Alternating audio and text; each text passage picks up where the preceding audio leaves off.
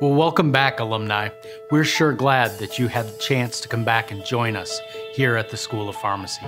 It's my privilege as Dean to be able to welcome you back and then to also give you a couple of tastes of some of the neat things that have happened over the last year.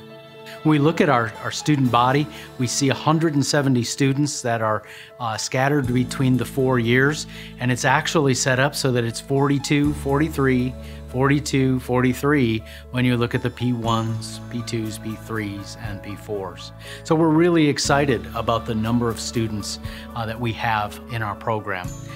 We see a continued push toward diversity. So almost 40% of our student body is non-white. And so we see a lot of diversity, and God continues to bless us in that regard. We also see a whole lot of student success. When we look at the progression rates of our students, those students, they go from P1 to P2 to P3, what we're seeing is that the students are marching through the program at a rate of between 93 and 95% on time.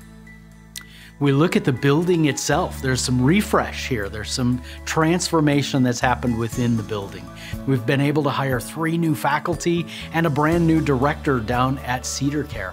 And so we have some renewed energy and some extremely good talent that has come to us recently. Dr. Brenda Paul is now our interim assistant dean over students. And so she brings an energy to that level as well. We have 4 big rocks that we're looking at this year. One of those is this idea that it's an accreditation year.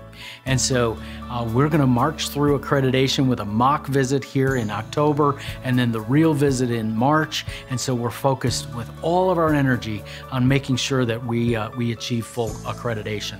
We're focused relentlessly on spiritual growth. We want spiritual growth to be at the same level as what we see our growth in pharmacy education. And then we look at the NAPLEX exam, and we've done really well on this along the way, but we want it even better. We want to be nationally recognized for our students being able to perform well there. And then our 4th big rock is simply increased admissions. So we're working hard to not only maintain the numbers that we've had, but we really believe that there are all kinds of Christian pharmacy students out there that really should come to Cedarville. And so we're working very hard to make sure that they understand that. Folks, again, it's my privilege to welcome you back, to thank you for your contributions over the years, and we expect that you'll be able to stay engaged as we go forward. We want to encourage you, though, that just like when you were a student here, we want you to make sure that you're a lifelong learner, both in pharmacy education, but then also in your spiritual growth, making sure that you have those disciplines built into your life. At this point, I'm going to transition this over to a number of our current students, and they're going to be able to share some great things that are going on in their world. But again, we're grateful for you being able to come back and join us.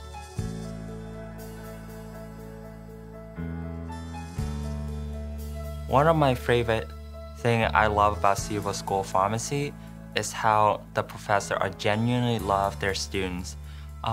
They care for the student, not only their academic performance, but all of their spiritual health, emotional health, and mental health.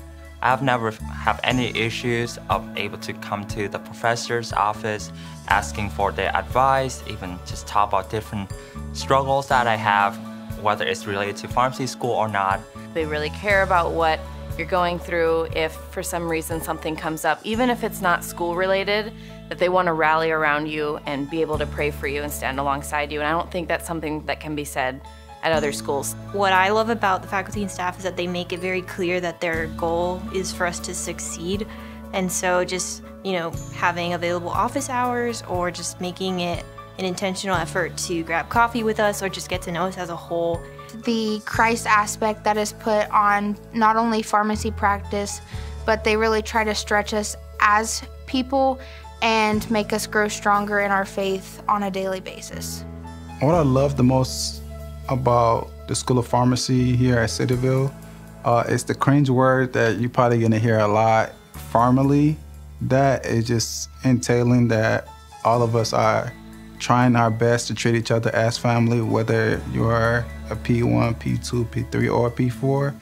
I came to Cedarville back in 2019 And on my first day of orientation, I was just overwhelmed with all of this information about pharmacy school and how to study, and I was just overwhelmed. But Jinho was my mentor. Jinho kind of guided me through my P1 year pretty much, because I would go through him through questions when I had any questions. When I was scared after an exam or I didn't get a score that I wanted. So basically having that mentor, that peer mentor, kind of guided me and like gave me the advice how to study, and that was really helpful for me. Most schools would not do that. Overall, basic, I usually wake up at 6 a.m. to get ready to come to campus. I have a class from 8 to 10, a couple meetings here and there between 10 and 12, usually either a leadership or an organizational meeting, followed by class again from 12 to 1:30. After that, I try to give myself a little break and go back home and rest for a little bit before I start preparing for the next day. But on a basic normal day, that's usually my schedule, is just going to meetings and classes and studying back to back. My day usually starts around 5:30. I try to get up, read my notes, and then I have to have oatmeal in the morning. It's mandatory for me. Once I have my oatmeal, and then I go to class, and then after class, I try to go over my notes again, and then the rest of the evening, I try to find a distressor, whether it's going to play volleyball or soccer or any other thing that I might like to do for that day. Well, I try my best to start my day with reading scripture. Some days are harder than others, especially if we have a quiz like afterward, but I always try to make up that during my lunch break or in the afternoons. My afternoons is where all the free time comes, and that's where I like to plan things out. So I'll make some time for dinner, for studying, and even for some rest so I can be recharged and ready to go through the next day. Typically, I like to be an early riser, so I'm up at 5:30 a.m. and that 30 or 40 minutes that I have in the morning I use for my time with God. So I'm in my Bible, reading, praying. That doesn't always work out sometimes. Sometimes I've got to do it in the afternoon or maybe in the evening, whatever works best. Academically, I have completely been transformed from undergrad to now, because when in my undergrad, I used to go to classes, go home, and not talk or deal with anybody at all. But here, I do have that family dynamic, not only with like the students that I'm studying with, but also from the faculty and staff. So I feel like if academically, I can at any point in time be able to go ask them questions and get anything that I need answered right then and there and not worry about waiting. During my time here, I've been able to spiritually mature. I've been able to emotionally mature, as we're talking about, you know, counseling patients, and it's not always about medicine. Sometimes it's about, you know, what we call those faith flags, that you're just talking, creating conversation, being able to talk with them and using all of the scientific knowledge that you know and pair it with the things that you may have learned through the School of Hard Knocks. Being amongst other Christians and being amongst others that are more spiritually guided allow you to grow also in the same way.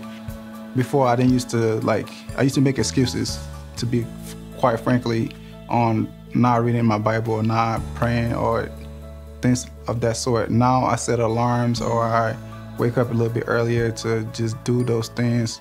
So having classes with classmates who share the same beliefs as I do and faculty who also share the same beliefs has been able to, it's challenged me in my faith, and it's helped me grow and be encouraged. Academically, I think I thought I knew how to study, and then pharmacy kind of showed me that I didn't really know what I was thinking about. And as an intern, it's been very challenging.